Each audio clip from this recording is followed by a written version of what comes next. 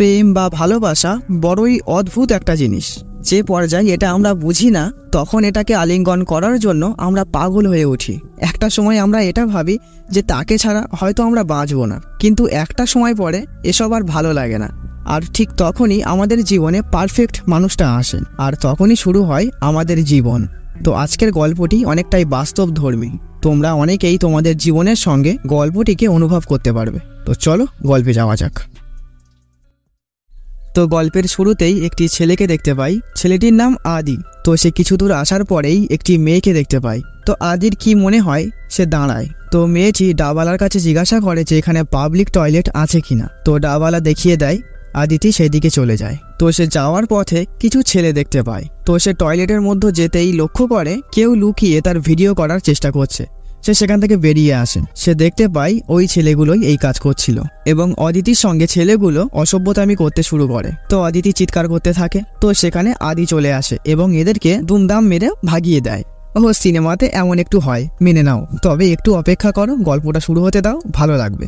তো গুন্ডাগুলো ভাগিয়ে দেওয়ায় আদিতি খুব খুশি হয় এবং সে আদির খুব গর্ব করতে থাকে। তো সে শুরু করেছে তা করেছে, একের পর এক কথা বলেই যাচ্ছে, মানে সে একটু বকাটে মতো। তো আদিতি কথায় কথায় জানায় যে তার গাড়িটা এখানে খারাপ হয়ে গেছে, ওই জন্য সে একা এখানে দাঁড়িয়েছিল। তো তার গাড়ি ঠিক হতে অনেক দেরি হবে, তাই যদি আদি তাকে একটা জায়গায় পৌঁছে দেয় সে খুব খুশি হবে। তো আদি হ্যাঁ বলবে কি না বলবে সেটা না শুনেই আদিতি ব্যাগ গোছাতে চলে যায়। আসলে আদিতি খুবই সাদাসিধে একটা মেয়ে, সে মনে মনে এখনো একটা বাচ্চা। তো গাড়িতে উঠে আদিতির আবার বকবক শুরু হয়। আদি যে কিছু বলবে তারই সুযোগ দেয় না, সে নিজেই প্রশ্ন করছে, নিজেই উত্তর দিচ্ছে। তো আদিতি এক প্রস্থ বকবক করে এইবারে আদিকে একটা উত্তর দেওয়ার সুযোগ দেয়। সে জিজ্ঞাসা করে তার গার্লফ্রেন্ড আছে কিনা। তো আদি এটাই উত্তর দিচ্ছে না দেখে আদিতি অনেক খুশি হয়ে যায়। সে ভাবে তাহলে এর হয়তো গার্লফ্রেন্ড নেই, কি মজা। আদি বলে ছিল না এমনটা নয়, ছিল। তো আদিতি এইবারে আদিকে চেপে ধরে, তার ভালোবাসার গল্প তাকে শোনাতেই হবে। তো আদি এইবারে তার গল্প বলতে শুরু করে এবং আসল কাহিনী এইবারে শুরু হয়। আদির তখন স্কুল লাইফ। তো একদিন আদির বন্ধু বিজয় এসে আদিকে জানায় যে সুষমা নামে একটি মেয়েকে সে পছন্দ করে, কিন্তু সে বলতে পারছে না, তাই সে যদি তার হয়ে একটু বলে দেয়। তো আদি বিজয়ের হয়ে সুষমাকে বলতে যায়। তো সুষমা আদিকে বলে sorry, I am already committed. আদি তো কোনো রকম ইংলিশে নাম সই করতে পারে, সুষমা যে তাকে কি বললো সে বুঝতে পারে না। তো সে বিজয়কে এসে এটা বলে, সব তো এক গোয়ালের গরু। বিজয়ও মানে বুঝতে পারে না, আসলে ছেলেদের অবস্থা এমনই হয়। তো তারা এইবারে ক্লাসের ফার্স্ট গার্ল রিমার কাছে আসে এবং তাকে এই কথাটার মানে জিজ্ঞাসা করে। তো রিমা এদেরকে জানায় যে সুষমার আগে থাকতেই বয়ফ্রেন্ড আছে, এটাই ও বলতে চেয়েছিল। তো বিজয়ের মনটা যথারীতি ভেঙে যায়, কিন্তু মাঝখান দিয়ে রিমাকে আদির পছন্দ হয়ে গেছে। তো সুষমার বয়ফ্রেন্ড থাকা সত্ত্বেও বিজয় সুষমাকে নিয়েই পড়ে থাকে, ওই যেমনটা আর কি ছোটবেলাতে হয়ে থাকে। তো একদিন আদি রিমাকে এসে তার মনের কথা বলে। তো রিমা তাকে জানায় তুমি আমাকে ভালোবাসার আগে আমার অতীত সম্পর্কে তোমার জানা দরকার। রিমা জানায় তার বাবা মা আলাদা থাকে, তারপর থেকে সে তার দিদিমার কাছেই সে মানুষ হয়েছে, তাই সে কোনো সম্পর্কে জড়াতে চায় না। দ্বিতীয়বার এই নিয়ে যেন সে আর কথা না বলে তার সঙ্গে। তো আদির খুবই খারাপ লাগে, তাও সে ওকে বলে চলে যায়। তো সিন আবার বর্তমানে ফেরে। তো আদির এই গল্প শুনে আদিতি কি ফিলিংস দেবে বুঝতে পারে না, মানে সে হাসবে না কাঁদবে বুঝতেই পারে না। সে বলে চল ওই পাশেই একটা মন্দির আছে, ঘুরে আসি। তো মন্দিরে আসার কিছুক্ষণ পরেই আদিতি আদিকে বলে আচ্ছা আর কোনো গল্প নেই? আদি বলে হ্যাঁ, স্কুল লাইফে ওই পর্যন্তই আমার শেষ, কলেজ লাইফে একটা আছে। তো কলেজ লাইফে আদির ক্রিকেটের প্রতি খুবই ঝোঁক ছিল, তো সে খেলতে গেলেই কোনো না কোনো ঝামেলা আবার বাঁধাবে। তো যাই হোক, আদির বন্ধু বিজয়কে মনে আছে তো, ছোটবেলাতে সুষমা না পটলেও এখন বিজয় আর সুষমার প্রেম কাহিনী ভালোই জমে উঠেছে, কিন্তু আদির এখনো পর্যন্ত কোনো মেয়েই পটেনি। তো এমনই একদিন আদির ফোনে একটা আননোন নাম্বার থেকে হাই ডিয়ার বলে মেসেজ করেছে। তো আদি তো অবাক, যাকে কোনো মেয়েই পাত্তা দেয় না তাকে আবার কে হাই ডিয়ার লিখবে। সে সুষমাকে ব্যাপারটা বলে। তখন সুষমা বলে যখন সে আর বিজয় তাদের বাড়িতে এসেছিল তখন সুষমার এক বান্ধবী তাকে দেখেছিল এবং তার পছন্দ হয়ে গেছে এবং সে আমার কাছ থেকে নাম্বার নিয়ে তোকে মেসেজ করেছে। তো এটা শুনে আদি কতটা খুশি হয়েছে তার বলে বোঝাতে হবে না। তো আদি এইবারে মেয়েটির সঙ্গে মেসেজে কথা বলতে শুরু করে। তো কথা শেষে তারা ঠিক করে দেখা করবে। তো পরের দিন আদি অপেক্ষা করছে, সে দেখতে পায় একটা ছাপড়ি মতো মেয়ে আসছে। আদি ভাবে এই মেরেছে রে, শেষমেশ এই কপালে। কিন্তু না, মেয়েটি চলে গেলে পিছনে আরেকটি মেয়ে আসে। মেয়েটি খুবই সুন্দর। আদি মনে মনে ভাবতে থাকে এত সুন্দর মেয়ে আমাকে কি করে ভালোবাসতে পারে। সে পুরো অবাকই হয়ে যায়। তো মেয়েটির নাম যোশিতা। তো মেয়েটির সঙ্গে কথা বলতে সে খুবই নার্ভাস ফিল করছে, কারণ সে এখনও মানতে পারছে না যে এত সুন্দর মেয়ে তার পটলো কি করে। তো যাই হোক, তারা অনেক ঘোরাঘুরি করে। তো একসময় যোশিতা আদিকে বলে, কিছু মনে করো না, আমার আগেও কিন্তু একটা বয়ফ্রেন্ড ছিল। আদি বলে, হ্যাঁ আমারও ছিল একটা। মানে সে স্কুলে না হওয়া প্রেমের কথা বলছে। তো তাদের মধ্যে আস্তে আস্তে করে সম্পর্ক ভালো হতে থাকেন। তো দেখতে দেখতে 3 বছর কেটে যায়। তো এত বছর ধরে থেকেও সুষমা আর বিজয়ের সম্পর্ক যতটা না ক্লোজলি হয়েছে, তার থেকে বেশি মজার ও ভালো সম্পর্ক এদের হয়ে গেছে। তো সিন আবার একটু বর্তমানে আসে। তো এই পর্যন্ত শুনে আদিতির মনটা কেমন একটা খারাপ হয়ে যায়। আদিতি আদিকে বলে, বাহ, তোমার গার্লফ্রেন্ডের সঙ্গে তো ভালোই সম্পর্ক ছিল। আদি বলে, হ্যাঁ তা বলতে পারো, খুব ভালোই ছিল। তো সিন আবারও ফ্ল্যাশব্যাকে আসে। তো আদির কলেজ শেষ হয়ে গেছে। তো সে একদিন যোশিতাকে বলে যে তার কাল একটা কোম্পানিতে জবের ইন্টারভিউ আছে, পাস করতে পারলে সে 1.5 লাখ টাকা মাইনে পাবে। যোশিতা খুব খুশি হয়। তো পরের দিন আদি ইন্টারভিউ দিতে আসে। আদি যেহেতু অ্যাভারেজ একটা স্টুডেন্ট, ওই জন্য সে ইন্টারভিউতে পাস করলেও তার 20,000 টাকার মাইনের একটা চাকরি হয়।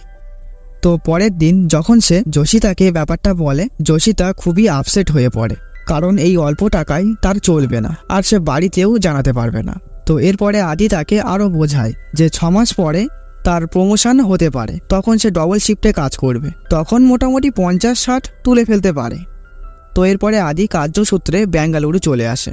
তার সঙ্গে সুষমা ও বিজয়ও আসে। তাদের শিফটও একই জায়গাতেই পড়েছে। তো সুষমা আর বিজয় নর্মাল কাজ করলেও আদি ডবল শিফটে খুবই পরিশ্রম করতে থাকে। তো দেখতে দেখতে 5-6 মাস কেটে যায়। তো 14ই ফেব্রুয়ারি তো আদি ঠিক করে সে যোশিতার সঙ্গে দেখা করতে যাবে। তো সে যাওয়ার আগে অফিসে একটা মেয়ের সঙ্গে তার পরিচয় হয়।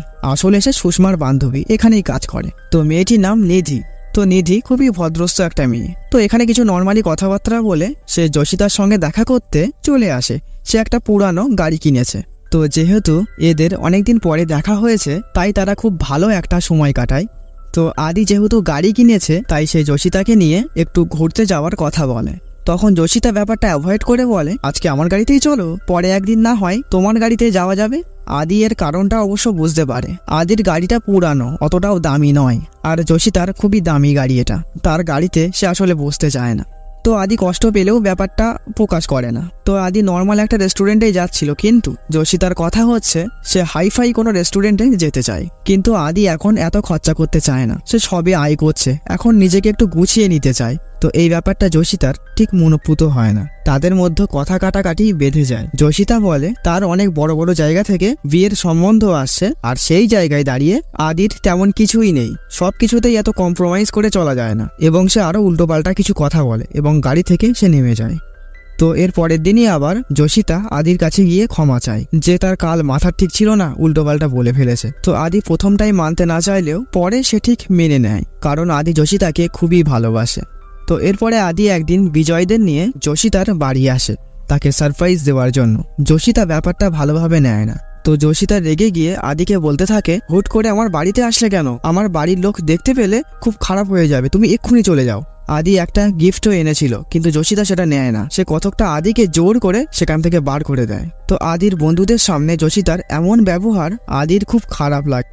তো সেখান থেকে আদি চলে এসে যোশিতাকে ফোন করে। তো যোশিতা এইবারে সাফ সাফ জানিয়ে দেয় যে সে আদিকে বিয়ে করতে পারবে না। তার বাড়ির থেকে একটা সম্বন্ধ জেগেছে, সেখানেই সে বিয়ে করবে।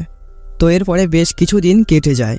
এর মধ্যে আদি যোশিতার সঙ্গে অনেক যোগাযোগ করার চেষ্টা করেছে, কিন্তু যোশিতা কোনোভাবেই ফোন তুলেনি এবং দেখাও করেনি। দেখতে দেখতে 3 মাস কেটে যায়। যোশিতা আদির সঙ্গে কোনো প্রকার যোগাযোগ করেইনি। তো আজকে যোশিতার জন্মদিন। আদি এইবারে শেষবারের মতো বিজয়কে নিয়ে যোশিতার সঙ্গে দেখা করতে যায়। তারা যেখানে এসে আর কি দেখা করত, আদি সেখানেই অপেক্ষা করতে থাকে। আদি যোশিতাকে মেসেজ করে দিয়েছে যে সে এখানে আছে। তো আদি অপেক্ষা করতে থাকে। রাত হয়ে যায়, কিন্তু যোশিতা আসে না। আদি ওই রাস্তার মধ্যেই ঘুমিয়ে পড়ে। তো সকালবেলায় বিজয় আসে। তো আদির এই অবস্থা দেখে বিজয়ের খুব রাগ হয়। তোর আজকে আমি যোশিতার সঙ্গে দেখা করিয়ে দেবো, কিন্তু এই শেষবারের মতো। এরপরেও যদিও মুখ বেঁকাই আর তুই যদি আবার ওর কাছে গেছিস, তারপরে তোর একদিন কি আমার একদিন। তো বিজয় সুষমার কাছে ফোন করে যোশিতা কোথায় আছে জেনে নেয় এবং সেখানে সরাসরি সে আদিকে নিয়ে চলে আসে। তো আদি কিছু বলতে যাবে তার আগেই যোশিতা উল্টো পাল্টা বলতে থাকে। যোশিতা বলে তার পিছনে সে কেন লেগে রয়েছে, তার বিয়ে ঠিক হয়ে গেছে, সে যেন তাকে আর বিরক্ত না করে। মানে আদিকে যোশিতা যাচ্ছে তাই ভাবে অপমান করে। তো আদির আর সহ্য হয় না, সে সেখান থেকে চলে আসে। তো সিন আবারও বর্তমানে আসে। আদিতি এইবারও কনফিউজড হয়ে যায়, সে আসলে কি ফিলিংস দেবে, হাসবে না কাঁদবে। আদিতি বলে গল্প এখানেই শেষ। আদি বলে না, এখনো আরেকটা চ্যাপ্টার আছে।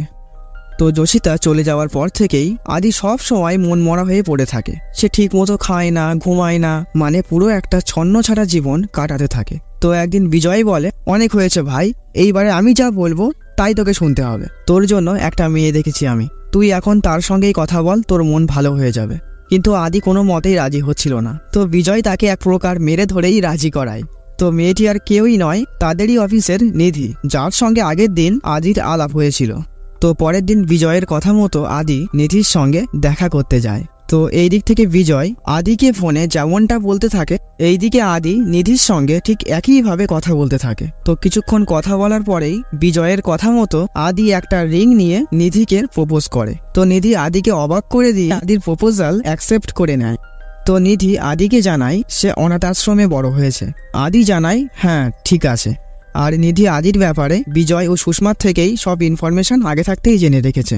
আর তাছাড়া তারা একসঙ্গেই কাজ করে, সে সূত্রেই নিধি আদিকে যথেষ্ট চেনে এবং বোঝে। তাই আদিকে নিয়ে তার মনে কোনো সংজ্ঞা নেই।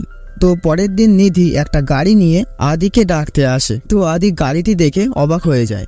তো সে কিছু না বলে গাড়িতে গিয়ে ওঠে। তো এরপরে তারা ঘুরতে ঘুরতে একটা জায়গায় আসে। নিধি সেই যে কথা বলতে শুরু করেছে এখনো থামছে না, সে একের পর এক কথা বলেই যাচ্ছে। মাঝে মাঝে বলতে থাকে এই তোমার প্রবলেম হচ্ছে না তো? আদি বলে না না, তুমি বলো। তো কথা বলতে বলতে হঠাৎ নিধি বলে যে তার ফুচকা খেতে খুবই ইচ্ছা করছে। তো তখন রাতও হয়ে গেছিল। তো একজন ফুচকাওয়ালাকে কোনো রকমে ম্যানেজ করে এক প্লেট ফুচকা আদি নিয়ে এসে নিধিকে দেয়। তো ফুচকাগুলো খেয়ে নিধি আবারও বকতে শুরু করে। এইবারে আদি ঘুমিয়ে পড়ে। তো 1 মাস কেটে যায়। আজকে আদির জন্মদিন ছিল। তো নিধি রাত্রেবেলা ফোন করে আদিকে উইশ করে এবং তাকে বাইরে ডাকে। তো আদি এসে দেখে নিধি কাঁদছে এবং কেক নিচে পড়ে আছে। আদি এর কারণ জিজ্ঞাসা করতেই নিধি বলে সে আসার সময় কয়েকটা গুন্ডা তাকে উল্টোপাল্টা কথা বলেছে এবং তার সঙ্গে খারাপ ব্যবহার করেছে। তো আদি তখন দেখতে পায় ছেলেগুলি চলে যাচ্ছিল।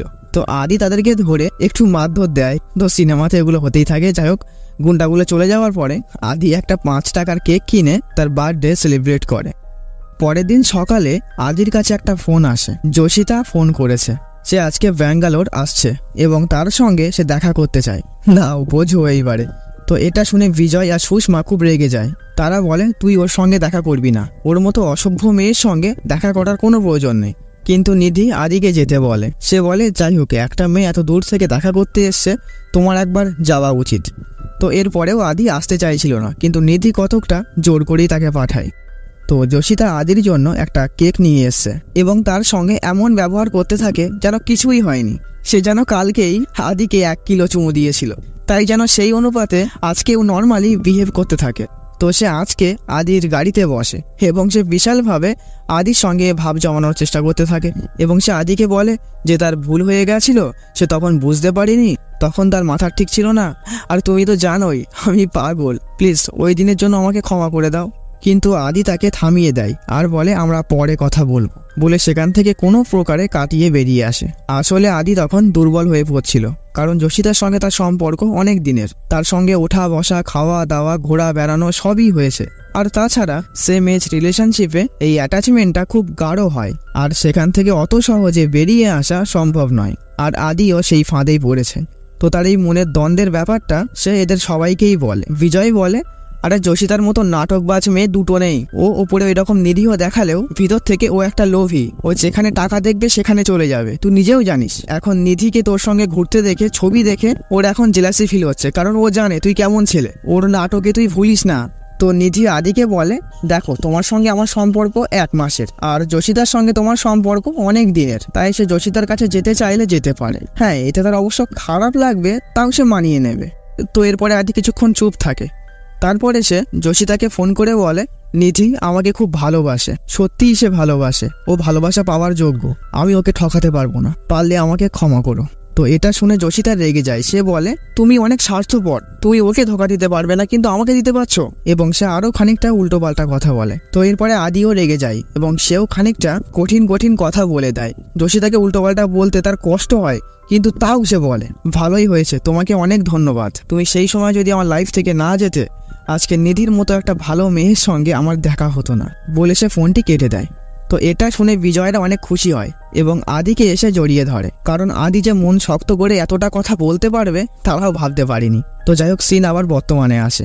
আদিতি বলে, আচ্ছা একটা মেয়ে এতটা পারফেক্ট কি করে হতে পারে? সে তো জানতো যে তোমার আগেও রিলেশন ছিল, তারপরেও সে তোমাকে ভালোবাসলো, আবার তারপরে তোমার এক্সের কাছে সে নিজেই তোমাকে ফিরে যেতে বলছে। আমিও তো মেয়ে, একটা মেয়ে এতটা ভালো কি করে হতে পারে? আদি বলে, হ্যাঁ তোমার মতোই আমিও ভেবেছিলাম যে একটা মেয়ে এতটা ভালো কখনোই হতে পারে না, তারা এত বড় স্যাক্রিফাইস করতে পারে না। আমিও ওকে এটা জিজ্ঞাসা করেছিলাম, তখন ও বলেছিল যে সে অনেক আগে থাকতেই তাকে ফলো করছে এবং জানে যে যে ছেলেটা সেই মেয়েটাকে এতটা ভালোবাসে, যে মেয়েটা কিনা তাকে শুধুই কথকটা ব্যবহারিকভাবেই ভালোবাসে, তার যখন ইচ্ছে হবে তখন সে আদিকে গুরুত্ব দেবে, পরক্ষণেই আবার পাত্তা দেবে না। কথকটা ব্যাকআপে রাখা যার বলে, যে শেষমেশ কেউ না জুটলে আদি, আর তাকে আদি পাগলের মতো ভালোবাসে, তাকে সে ভুলতে পারছে না, ছাড়তে পারছে না। আর যদি এমন একটা মেয়ে থাকতো যে আদিকে সত্যিই মন থেকে ভালোবাসবে, তাকে না জানি আদি কতটা ভালোবাসবে, কতটা যত্নে রাখবে, এই জন্যই সে আদিকে ভালোবেসেছে। তো আদিতি বলে, তারপরে কি হয়েছিল? তো আদি বলে, এরপরে আমাদের বিয়ে হয়ে যায়। তো বিয়ের প্রথম রাতের দিন আদি কতটা নার্ভাস ফিল করছে, কারণ যোশিতার সঙ্গে সে যতটা ফ্রিলি থাকতো নিধির সঙ্গে ততটাও সে এখনো হয়ে ওঠেনি। তো এখানে দুজনাই কেমন একটা ইতস্তত করতে থাকে, অতঃপর সে ভাব কেটে যায়। যাই হোক, তারপরে তাদের সংসার জীবন খুব ভালোভাবেই কাটতে থাকে। তো এর মধ্য দিয়ে অনেকটা সময় কেটে যায়। একদিন নিধি আদিকে এসে জানায় যে সে মা হতে চলেছে। এটা শুনে আদিও খুব খুশি হয়। তো এর কিছুদিন পর আদি নিধিকে বলে, তোমাকে আর অফিস যেতে হবে না, তুমি বাড়িই থাকো, আমি সংসার সামলে নেব। নিধি বলে, একটা মেয়ে প্রেগনেন্সির 7 মাস পর্যন্ত সে বেরোতে পারে, সমস্যা হবে না। আদি বলে, সে যাই হোক, তোমাকে এখন যেতে হবে না। নিধি বলে, আমার একা একা বাড়ি থাকতে ভালো লাগবে না, আমি যাই না অফিসে। কিন্তু আদি তাকে অনেক করে বোঝায়, শেষমেশ তাকে ফুচকা খাওয়ানোর লোভ দেখিয়ে তাকে মানিয়ে নেয়।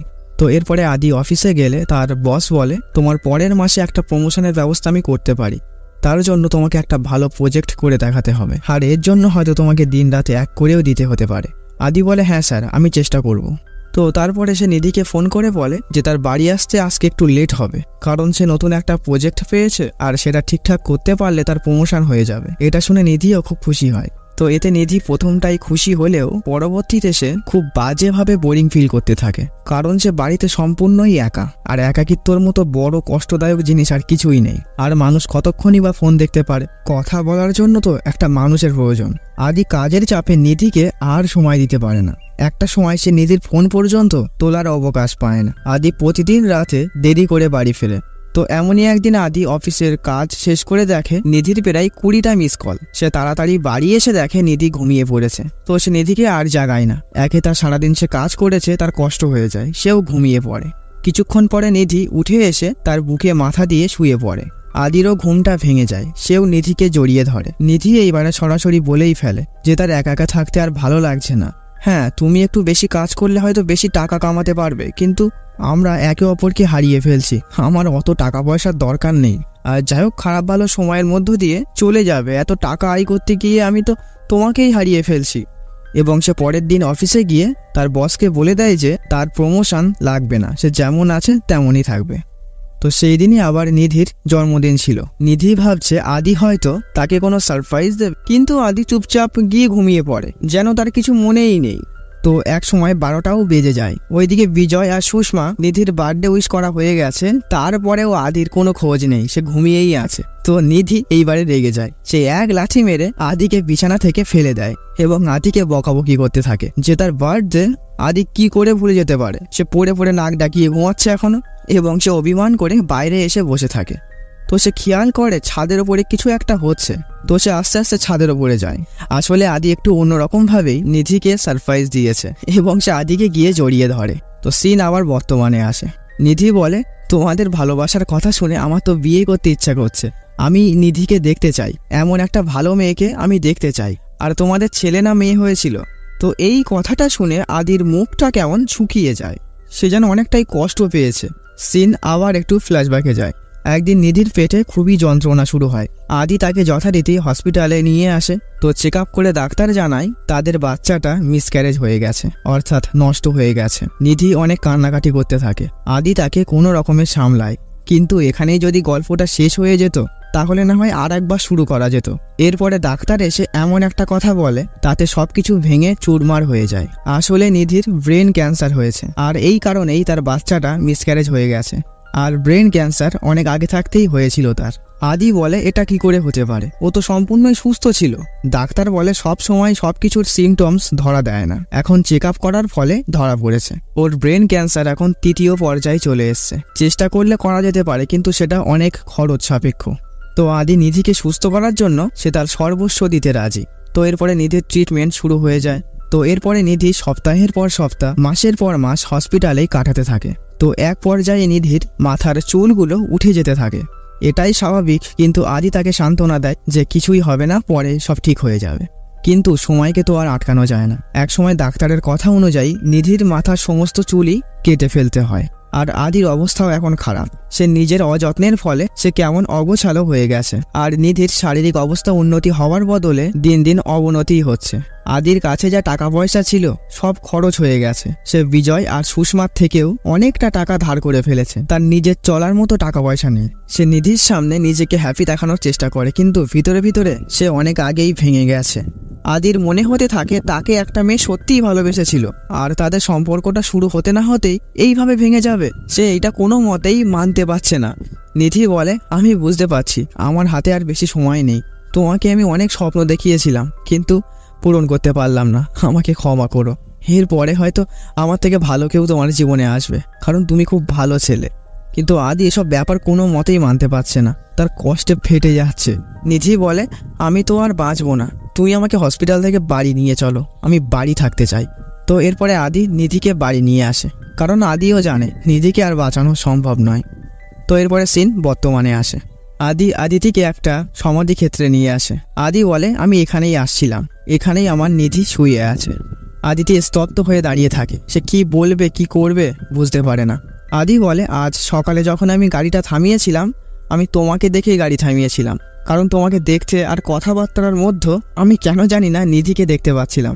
এটা শুনে আদিতি অনেকটা ইমোশনাল হয়ে পড়ে। তো এরপরে আদিতিকে তার গন্তব্যে পৌঁছে দেয় এবং গল্পটি এখানেই শেষ হয়ে যায়। তো গল্পটি কেমন লাগলো অবশ্যই জানিও। তো আজকের মতো টাটা।